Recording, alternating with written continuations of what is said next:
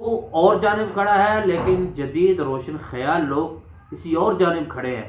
تو ہم قرآن و سنت کی نصوص کو، صحابہ کے اجماع کو، اہل و سنت کے ایک تعامل کو ہم تعویل پہنا کر، اس کی تعویل کر کے ہم جدیدیت کے ساتھ لا کے کھڑا کر دیتے ہیں. یہ تین طرح کے فتنے ہمارے ہاں رواج پا رہے ہیں.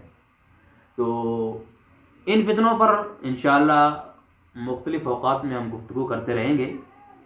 آج ایک اعتراض جو بنو امیہ کے حوالے سے کیا جاتا ہے، انکار حدیث، منکرین حدیث بھی یہ اعتراض بہت سارا کرتے ہیں، اور اسی طرح روافض کی طرف سے بھی یہ اعتراض بہت زیادہ آتا ہے.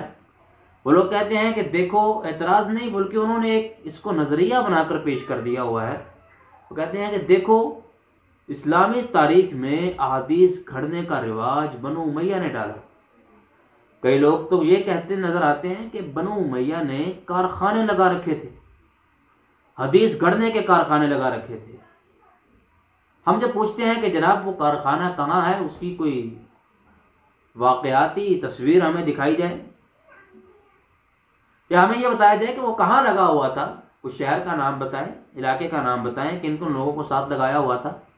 غلام محمد پرویز نے بھی اس طرح کے اعتراضات کیے ہیں، اور اس کے بعد منکرین احادیث تو کرتے رہتے ہیں، اور روافض کی طرف سے بھی یہ اعتراض بڑی شدت سے اچھالا جاتا ہے. لیکن جب واقعاتی طور پر دیکھتے ہیں، یہاں ہمیں محدثین کے اسلوب کا مفہوم بھی سمجھ آتا ہے اور اس کا فائدہ بھی سمجھ آتا ہے. بہت ایک اعتراض کیا جاتا ہے، میں دوسرے اعتراض، ذیلی اعتراض کی طرف جاتا ہوں. ہمارے بھی بعض احباب کی طرف سے یہ اعتراض بڑی شدت سے کیا جاتا ہے کہ جناب ضعیف روایات جمع کرنے کا مقصد کیا تھا؟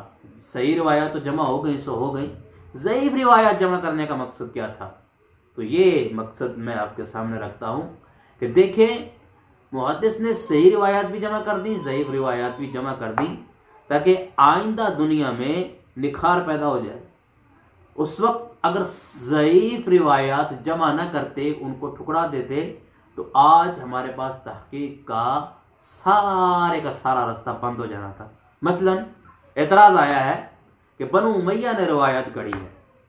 ہم کہتے ہیں بنو امیہ کے لوگوں نے روایات گھڑی ہوں گی، ٹھیک ہے، بعض لوگ گھڑتے ہیں روایات. جو روایات انہوں نے گھڑی ہیں وہ بھی ہمارے پاس موجود ہیں، اور جو روایات دوسرے گروہوں نے گھڑی ہیں وہ بھی ہمارے پاس موجود ہیں. اگر ایک بادشاہ روایات گھڑنی شروع کر دے تو اس کا کم از کم ریشو کتنا ہونا چاہیے؟ ہزاروں کی تعداد میں تو ہونی چاہیے وہ گھڑی ہوئی روایات، سینکڑوں ہزاروں سے بھی زیادہ ہونی چاہیے. کیوں؟ ایک بادشاہ گھڑ رہا ہے اور وہ گھڑوا رہا ہے اپنی شان میں. لیکن جب ہم تاریخی ذخیرے میں دیکھتے ہیں تو بہت کم روایات ہیں جو بنو امیہ کے حق میں بیان ہوئی ہیں، اور ان میں سے بھی جو ضعیف ہیں محدثین نے واضح لکھ دیا ہے کہ یہ ضعیف ہیں. فلاں عموی خلفاء کی طرف رجحان رکھنے والے جھوٹے نے یہ روایت گھڑی ہے. اور اسی طرح یہ بھی بتا دیا ہے کہ فلاں شخص کی یہ روایت منکر ہے، اس نے گھڑی نہیں لیکن اس کو بھول ہو گئی. تو بہت کم بنو امیہ کے حق میں روایات ملتی ہیں. اگر انہوں نے روایات گھڑوانی ہے پھر تو انہیں چاہیے کہ ہزاروں لاکھوں روایات گھڑوائیں. ایک آدھ روایت گھڑوانے سے کیا فائدہ؟ ان کو تو گھڑوانی چاہیے. جب وہ گھڑنے، جھوٹ بولنے کا کام کر جو رہے ہیں، اور جو جھوٹا ہوتا ہے وہ ایک آدھ جھوٹ پر بس نہیں کرتا، وہ تو کمال کر دیتا ہے. جو جھوٹا ہوتا ہے وہ صدا کا جھوٹا ہوتا ہے اور ہر بات کا جھوٹا ہوتا ہے. لیکن جب واقعاتی حقائق ہم دیکھتے ہیں، کتب تاریخ میں، کتب حدیث میں دیکھتے ہیں، تو بنو امیہ کے حق میں گھڑی گئی روایات بہت کم ہیں. ان کی مخالفت میں گھڑی گئی روایات ان سے کہیں زیادہ ہیں. اتنی زیادہ روایات جو بنو امیہ کی مخالفت میں گھڑی گئی ہے. اس سے یہ اعتراض بھی ختم ہو جاتا ہے کہ جناب بنو امیہ کے دور میں روایت بیان کرنے پر پابندی تھی. کیوں؟ اگر انہوں نے اس دور میں پابندی لگوانی ہوتی روایت بیان کرنے پر، تو پھر بنو امیہ ان روایات پر پابندی لگواتے جو ان کے مخالف بیان ہو رہی ہیں. حالانکہ جو ان کے مخالف بیان ہو رہی ہیں، یا جن روایات کا معنی مفہوم ان کے مخالف لیا جا رہا ہے، وہ بھی اسی دور میں آ رہی ہیں، وہ بھی اسی دور میں بیان ہو رہی ہیں. سیدنا عمار بن یاسر رضی اللہ عنہ کی روایت ہے، بنو امیہ کے دور میں واضح بیان ہوتی رہی ہے. اگر انہوں نے احادیث بیان کرنے سے روکنا ہوتا تو وہ روایات بیان کرنے سے روک دیتے. ایسا نہیں ہوا، حتیٰ کہ ان کے بادشاہوں کے درباروں میں بھی ہوئے. ٹھیک ہے بنو امیہ کے بعد بعض بادشاہوں میں خطائیں ہوں گی، ظاہر ہے بادشاہ تو بادشاہ ہوتا ہے، اس میں کمیاں بھی ہوتی ہیں، کوتاہیاں بھی ہوتی ہیں، لیکن کسی پر الزام لگانے کا ضابطہ اور اصول کوئی نہیں ہے.